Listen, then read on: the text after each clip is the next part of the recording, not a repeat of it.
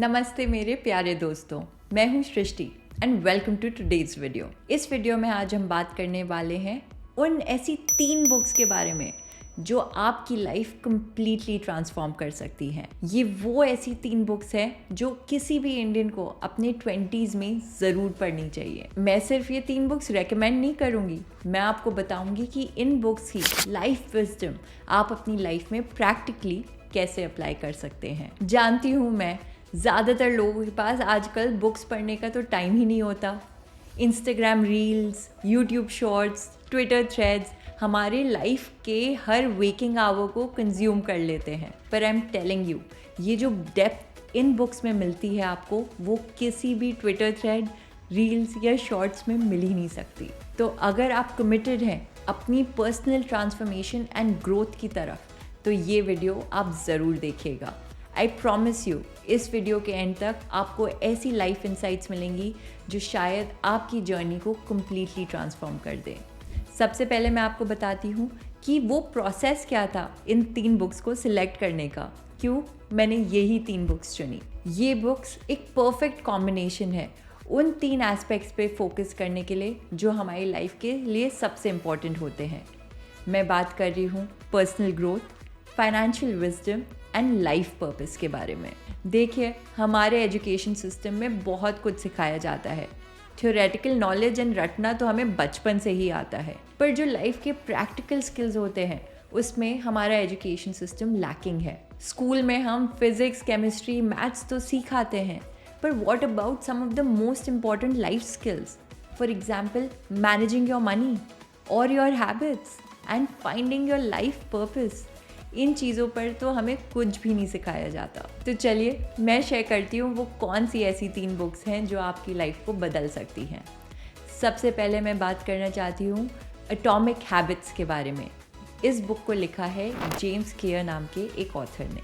ये एक बिल्कुल रेवोल्यूशनरी बुक है जो पर्सनल ट्रांसफॉर्मेशन को बिल्कुल एक नए पर्सपेक्टिव से देखती है। जेम्स क्लियर का फंडामेंटल आर्गुमेंट ये है कि सक्सेस और life changing results dramatic action से नहीं आते, वो आते हैं स्मॉल एंड कंसिस्टेंट स्टेप्स से। जब आप डेली टाइनी इम्प्रूवमेंट्स करते हो ना, ज़्यादा टाइम पीरियड तक, तब आपके पास एक्चुअल चांस होता है to completely transform your life. वो एक्सप्लेन करते हैं इस बुक में कि ट्रांसफॉर्मेशन बिल्कुल पानी गर्म करने जैसा होता है। आपने देखा होगा कि 99 डिग्रीज तक वाटर गर्म होता है, पर फिर 100 डिग्रीज पर पहुंचते ही वो बिल्कुल ट्रांसफॉर्म हो जाता है। वैसे ही हमारे पर्सनल हैबिट्स में भी एक थ्रेशोल्ड पॉइंट आता है। पर सबसे बड़ी प्रॉब्लम ये होती है कि जैसे ही हम प्लेटो फेज हिट करते हैं, जहाँ पे हमारी ग्रोथ थोड़ी स्लो होती है, ज़्यादातर लोग स्मॉल चेंजेस के पावर को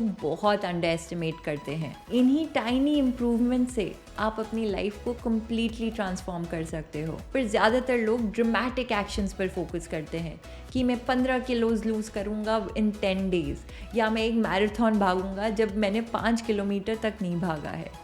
ये सब बहुत ही बड़े बड़े ड्रामेटिक एक्शंस होते हैं, but what you need to focus on is the first step, and the tiny consistent steps will get you to your goals. Next, एक और बहुत पावरफुल इंसाइट है इस बुक में जो मैं आपके साथ शेयर करना चाहती हूँ। जेम्स क्लियर का कहना है कि लास्टिंग रिजल्ट्स हमारे गोल से नहीं आते, वो आता है फ्रॉम एन आइडेंटिटी शिफ्ट। यानी कि अगर आपको कुछ भी हासिल करना है, then you need to focus not on your ambitious goals but on changing your identity. आप फोकस करो on who you wish to become, तभी आप बन पाओगे उस जैसा। तो मैं आपको एक एग्जाम्पल देती हूँ। अगर आपका फोकस है कि आप और डिसिप्लिन अपनी लाइफ में इनकलकेट करो, तो आप अपने आप को बताना स्टार्ट करो कि आप किन किन चीज़ों में ऑलरेडी डिसिप्लिन्ड हो। आप उस माइंडसेट से ऑपरेट करो कि मैं एक डिसिप्लिन्ड इंसान हूँ, रादर देन सेइंग कि मैं कल से अपनी लाइफ में डिसिप्लिन ले आऊँगा। That's not the point. The point is, if you want to become a disciplined person, then start acting like a disciplined person. आप already वैसे act करो कि आप एक disciplined person हो. That is a better way to achieve your goals and have long-lasting results with it. James clear ने एक और पावरफुल इंसाइट हमारे साथ शेयर करी है इस बुक में। उन्होंने कहा है कि विल पावर और मोटिवेशन से ज़्यादा एक इंसान का एनवायरनमेंट बहुत ज़्यादा मैटर करता है। इसका मैं आपको एक एग्जाम्पल देती हूँ। अगर आपकी प्रॉब्लम है आपका फ़ोन एडिक्शन और आप उसे कर्ब करना चाहते हो, तो rather than focusing on your will power कि मैं अब ये स्क्रीन टाइम नहीं बढ़ने दूंगा, you should focus on keeping your phone in the other room. आप अपने इन्वायरमेंट के डिज़ाइन को ही चेंज कर लो। अगर आप अपने इन्वायरमेंट का डिज़ाइन बदलोगे then you have a better chance of achieving your goals. जो आपके इन्वायरमेंट का डिज़ाइन होता है आपके अराउंड, वो ही बिहेवियरल चेंज का सबसे स्ट्रॉन्गेस्ट टूल होता है। आपने वो स्टोरी तो सुनी ही होगी कि एक प्लांट एक अच्छे एनवायरनमेंट में अगर नहीं है तो वो ब्लॉसम नहीं करेगा, और अगर उसी प्लांट को आप अच्छे soil, nutrients, water and sunlight दे दो तो वो ब्लॉसम करने लगता है। हम ह्यूमंस भी बिल्कुल प्लांट्स की ही तरह होते हैं। अगर हमें राइट एनवायरनमेंट मिल जाए तो हम ब्लॉसम करेंगे, पर अगर हमारा एनवायरनमेंट अच्छा ना हो तो हम कभी थ्राइव नहीं कर सकते। बिहेवियरल चेंज को सिंपल लेकिन प्रोफाउंड लॉज में जेम्स क्लियर ने ब्रेक डाउन किया है। वो हमें वो 4 लॉज बताते हैं जो हमारे सबसे बड़े पावरफुल टूल्स हो सकते हैं टू इंस्टिगेट बिहेवियरल चेंज। सबसे पहले आता है मेक इट ऑब्वियस, यानी कि आप सबसे पहले अवेयरनेस पे फोकस करिए। देन आता है मेक इट अट्रैक्टिव, मतलब डिज़ायर को लेवरेज करिए। देन आता है मेक इट ईजी, यानी कि फ्रिक्शन को रिड्यूस कीजिए। एंड लास्टली आता है make it satisfying, immediate rewards से अपने आप को और मोटिवेट करिए। ये बुक हमें सिखाती है कि सक्सेस ड्रामेटिक चेंजेस से नहीं, हमारे अच्छे सिस्टम से आती है। आप अपने गोल्स के लेवल तक नहीं उठते हो, आप अपने बुरे सिस्टम्स की लेवल तक गिर जाते हो। इसलिए your focus should not be on just setting ambitious goals, your focus should be on developing robust systems. चलिए हम एक एग्जाम्पल लेते हैं। अगर आपने डिसाइड कर लिया है कि आपको एक पब्लिश्ड बुक का ऑथर बनना है, आप इस ईयर एक बुक पब्लिश करना चाहते हो, तो फिर आप उस तक कैसे पहुंच सकते हो? ये गोल तो अच्छा है कि आप एक बुक पब्लिश करना चाहते हो और आप ड्रीम कर सकते हो, पर उससे बेटर एक सिस्टम डेवलप करना होगा कि आप रोज़ हर मॉर्निंग 2 आवर्स का टाइम स्लॉट ब्लॉक करो, जिसमें आप शो अप करो and you will write no matter what. तो आप consistently daily just show up for 30 days straight and 2 hours आप हमेशा ब्लॉक रखो जो नॉन नेगोशिएबल हैं, क्योंकि वो आपका सिस्टम बन जाएगा एंड आप वो बुक लिख कर ही रहोगे। I am telling you 30 days में आपके पास बुक कंप्लीट करने के ज़्यादा चांसेस होंगे इस सिस्टम की वजह से, rather than just deciding one day कि मुझे बुक लिखनी है without any systems in place। Young professionals के लिए ये बुक बहुत ज़्यादा इम्पॉर्टेंट है, क्योंकि हम हमेशा एक रैट रेस में रहते हैं, हसल कल्चर में कि हमें ये करना है, वो करना है, ये अचीव करना है, and the never ending list. लेकिन ये बुक हमें दिखाती है कि रियल ग्रोथ का जो प्रोसेस होता है वो बहुत स्लो होता है, वेरी ऑफन टाइम्स इनविजिबल भी होता है। दूसरों को नहीं पता चलेगा कि आप कितना एफर्ट डाल रहे हो, पर अगर आप स्मॉल एंड कंसिस्टेंट स्टेप्स लेते रहोगे तो सक्सेस इनएविटेबल होगी आपके लिए। चलिए हमने बात कर ली एटॉमिक हैबिट्स के बारे में, जिससे होपफुली आपको अच्छे इंसाइट्स मिले हों एंड आप उस बुक को पढ़ पाओ। पर अब मैं नेक्स्ट बुक के बारे में बात करती हूँ जो ऑनेस्टली पिछले 5 इयर्स में मेरी सबसे फेवरेट बुक रही है। It's called psychology of money by Morgan Housel. इस बुक ने मुझे इतने रियल इंसाइट्स दी हैं about wealth creation, financial success and discipline, जो मैं आपके साथ अब शेयर करना चाहती हूँ। इस बुक ने ऑनेस्टली वर्ल्ड वाइड लोगों की traditional understanding of wealth creation को कम्प्लीटली चेंज कर दिया है। मॉर्गन हाउसल एक्सप्लेन करते हैं कि फाइनेंशियल सक्सेस थ्योरेटिकल नॉलेज से नहीं आती, वो आती है बिहेवियर मैनेजमेंट से। इस बुक का सबसे फंडामेंटल इंसाइट ये था कि फाइनेंशियल आउटकम्स में हम लोग ऑफन लक को कम्प्लीटली डिस्काउंट कर देते हैं। जब भी हम किसी की सक्सेस स्टोरी सुनते हैं तो वो अपनी स्किल्स पे बहुत फोकस करते हैं, पर वो कॉन्टेक्स्ट और टाइमिंग को अंडर अप्रिशिएट करते हैं। ये स्पेशली ट्रू है इंडियन कॉन्टेक्स्ट में। हम जब सक्सेसफुल एंटरप्रेन्योर्स के बारे में सुनते हैं तो हम उन्हें कॉपी पेस्ट करने की कोशिश करते हैं अपनी लाइफ में, विदाउट रियलाइजिंग कि उनके life circumstances, market timing and कितनी सारी चीज़ें बिल्कुल ही डिफरेंट थी। तो बहुत ज़्यादा रोल फाइनेंशियल आउटकम्स में रहता है लक का, एंड उसको हम इग्नोर नहीं कर सकते। In fact Warren Buffett and Charlie Munger का मैं एग्जाम्पल लेना चाहूँगी। क्या आपको पता है कि उनके साथ एक थर्ड पार्टनर भी था जो उनके हिसाब से उनसे ज़्यादा स्मार्ट था, पर अनफॉर्चुनेटली वो पार्टनर सर्वाइव नहीं कर पाए। उनका ये मानना है कि अगर वो आज भी अलाइव होते तो वो Warren Buffett and Charlie Munger से भी बड़े इन्वेस्टर होते, बट बिकॉज लक उनके साइड पे नहीं था, उनकी अर्ली डेथ की वजह से उनको अपने फुल पोटेंशियल अचीव करने का मौका ही नहीं मिला। वैसे ही हमारे लाइफ में भी ऐसे कई एग्जाम्पल्स होते हैं। हम भी सोच सकते हैं एंड ट्रेस बैक कर सकते हैं कि कितनी सारी चीज़ें जो हमारी लाइफ में हुई हैं वो because of luck and not because of our skill. तो लोग हमेशा अपनी स्किल्स को ज़्यादा अप्रिशिएट करते हैं एंड लक को कम। So always remember, luck also plays an important role in your entire life outcome. Next, उन्होंने इस बुक में हमें ये भी दिखाई है कि कंपाउंडिंग की रियल पावर होती क्या है। अगेन वॉरेन बफेट का एग्जाम्पल लेते हुए, क्योंकि ऑनेस्टली वो मेरे वर्ल्ड में फेवरेट इन्वेस्टर हैं। उनकी 99% of wealth was created after 65 years of age. Yes, Warren Buffett started investing when he was younger than even 10 years. And 65 की एज पे जाके उन्होंने बिलियंस ऑफ डॉलर्स कमाए एंड अक्यूमुलेट किए, and that is the real power of compounding. वो 55 years तक लगे रहे, day in and day out, and he stayed invested in the market. तो जो पब्लिक मार्केट्स में इन्वेस्ट करते हैं उनके लिए ये इंपॉर्टेंट लेसन है कि time in the market is more important than timing the market. हम लोग हमेशा स्टॉक्स को देखते रहते हैं कि अभी स्विगी ऊपर जा रहा है, जोमेटो नीचे आ रहा है and all that, but honestly अगर आपको ट्रू फाइनेंशियल फ्रीडम चाहिए then you need to be invested in the stock markets for a long term period, because उसी से compounding हो पाती है। So time in the market, my friends, is more important than timing the market. Remember that always. Young Indians के लिए ये specially relevant है।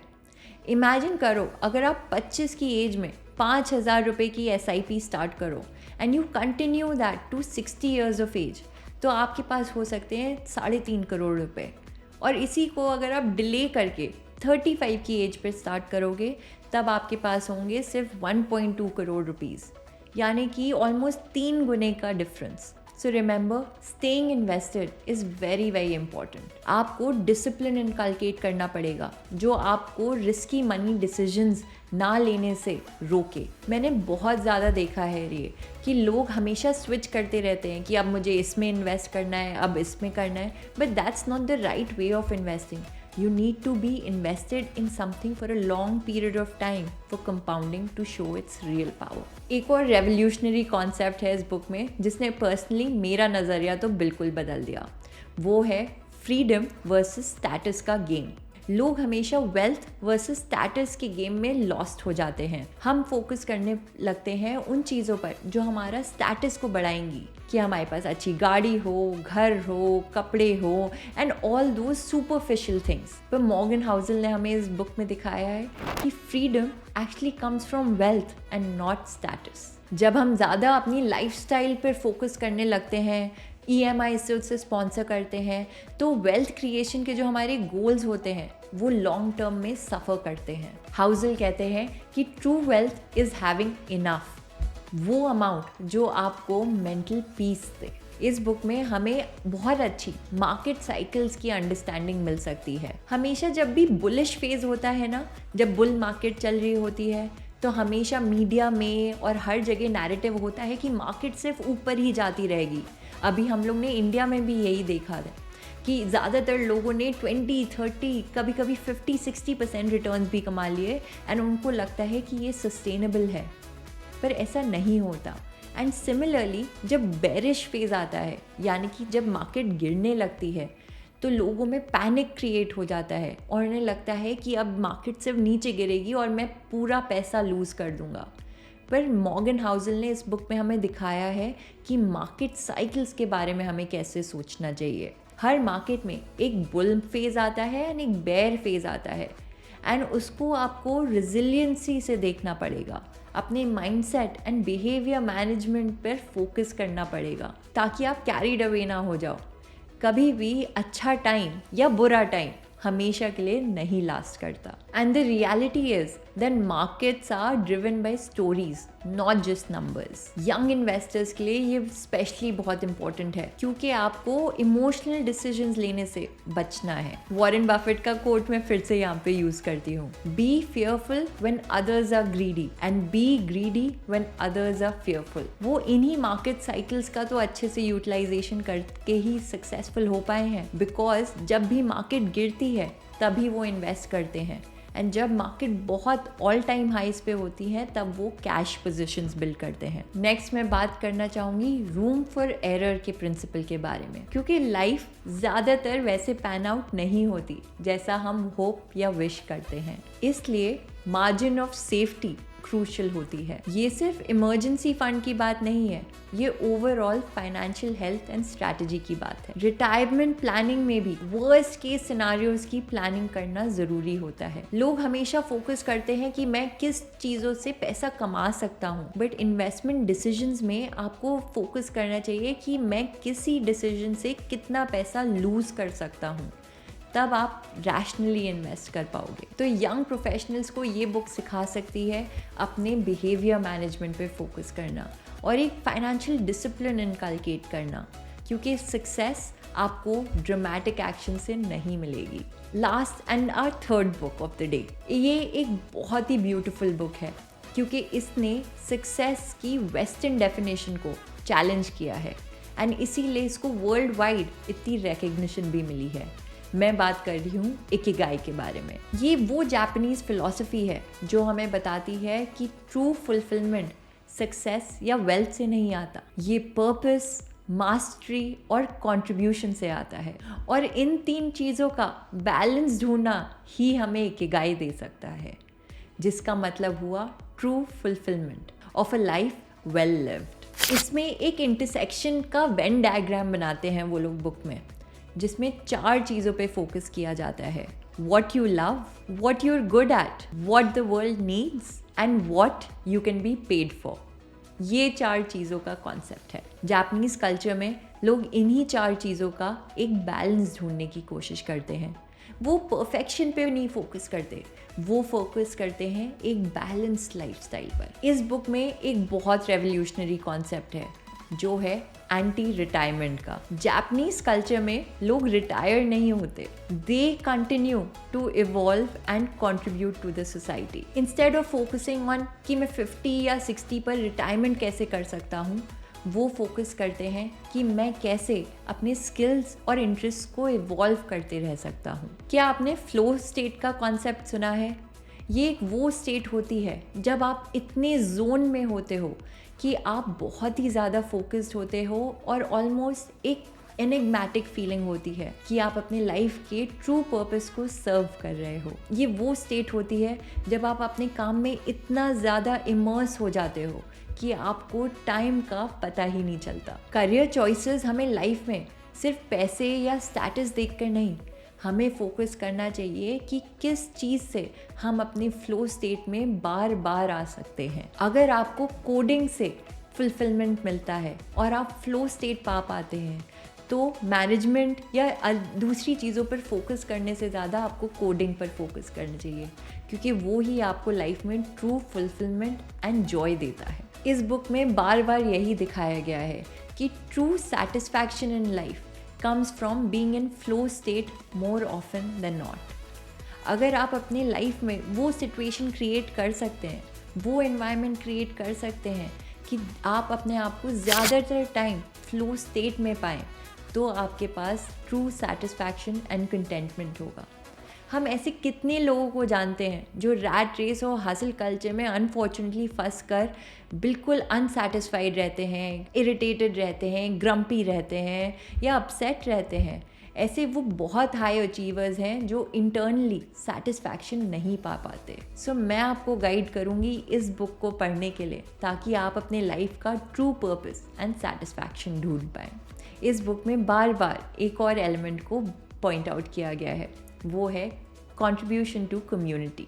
हर काम को, जो छोटे से छोटा काम भी हो, उसे एक लार्जर पर्पस से टाई करने के लिए हमें बोला गया है इस बुक में। तो फॉर एग्जाम्पल, आप एक सॉफ्टवेयर डेवलपर हो तो सिर्फ कोडिंग पर फोकस करने से ज़्यादा आपको फोकस करना चाहिए कि कैसे आपके सॉफ्टवेयर से किसी की लाइफ बदल रही है। इससे आप अपने आप को क्लोज़र पाओगे अपने लाइफ पर्पस तक। अगर आप अपना करियर कुछ ऐसा कर सकते हैं कि आपका कंट्रीब्यूशन टू कम्युनिटी बढ़ पाए, तो आप उस पर करिए ताकि आपका लाइफ सेटिस्फैक्शन और बढ़े। यंग इंडियंस के लिए ये बुक बहुत पावरफुल है, क्योंकि हमेशा हम लोग इंडिविजुअली बहुत सोचते हैं कि मेरा इसमें क्या बेनिफिट है, मैं इससे क्या सीख सकता हूँ या मैं इससे क्या पा सकता हूँ। बट मोर इम्पॉर्टेंटली हमें फोकस करना चाहिए कि मैं दूसरों को कैसे सर्व कर सकता हूँ, मैं कैसे एक सर्विस माइंडसेट से दूसरों की हेल्प कर सकता हूँ, ताकि हम लाइफ में ट्रू इकिगाई पा पाएँ।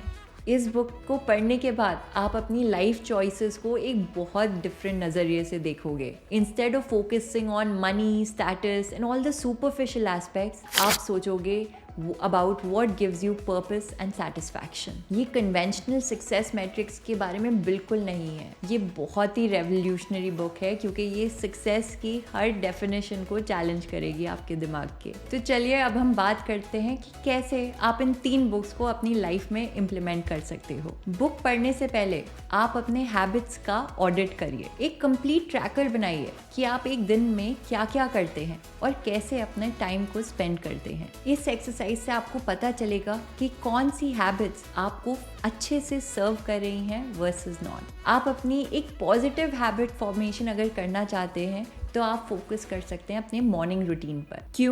क्योंकि अगर आपका मॉर्निंग रूटीन परफेक्ट हो ना, तो पूरा दिन अच्छा ही निकलता है। शुरुआत में बहुत एम्बिशियस मत बनिए, आप फोकस करिए बस 3 चीज़ों पर: 10 minute meditation, 10 minute reading and 10 minute exercise. James clear का ये रूल याद रखेगा कि हर हैबिट को इतना छोटा बनाओ कि आप उसे डेली कर पाओ। एनवायरनमेंट पर भी आप फोकस करिएगा कि अगर आप प्रोडक्टिव होना चाहते हैं तो अपने लिए एक राइट एनवायरनमेंट चूज़ करिए।